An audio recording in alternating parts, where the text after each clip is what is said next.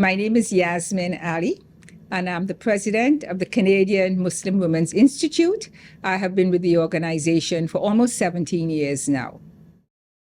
I've had a couple of experiences, but not really a couple, a lot more. But one of the things that comes to mind when you ask that question is something that happened to me many, many years ago. I was living in Alberta, and my husband was moving to Manitoba, to Winnipeg, for a job. So during the spring break, we came with our kids. They were little, 4 children under the age of 7 or 8.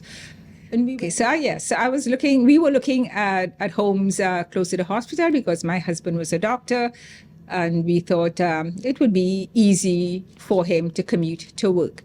So we went into some of these open houses and to look around and see what there was. I noticed that we were going to the open houses. There would be a real estate agent there, and the most some of them would say is hello or good morning or whatever time of day it was, and we would walk through the house.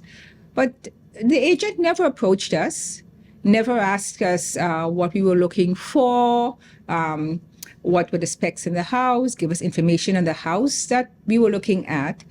But the first time or so, I didn't really pay much attention to that. I just noticed that I took up the sheet. They had a sheet there with all the specs of the house. So I took up the sheet and we looked at it.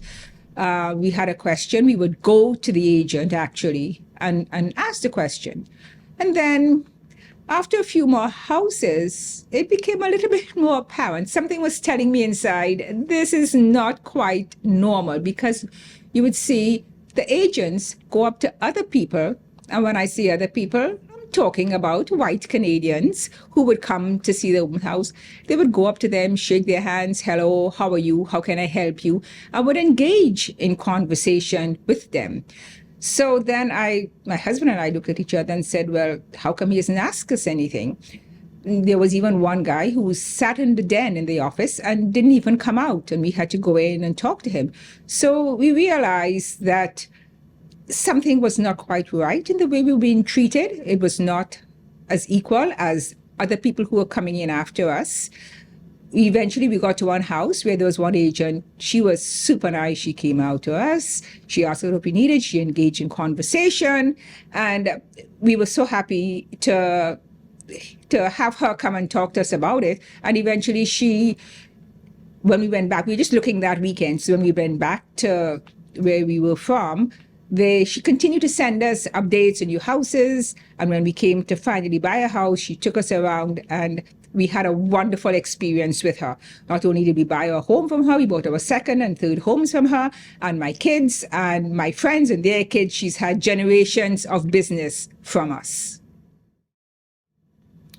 When I noticed the treatment was different to other people, to the white Canadian, it made me feel very sad, and I couldn't understand it at first. And then my initial thought was, maybe, am I imagining this? I started to doubt myself, but the more I went to houses, I realized I couldn't really doubt my gut instinct. When my gut instinct was telling me this is happening, I really couldn't doubt it. So it didn't make me feel good. It made me feel a bit angry, actually. But I did not know what to do about it. This was like over 30-something years ago. It was not a time when people talked about racism. It was not a time when people had these open conversations about microaggressions and things like that.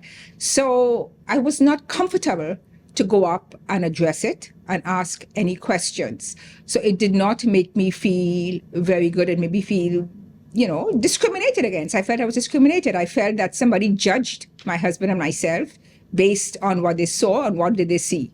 A brown couple with 4 kids coming in. I thought, maybe they thought we couldn't afford a home in the area we were looking at. And I felt that they judged us just based on our race or the color of our skin.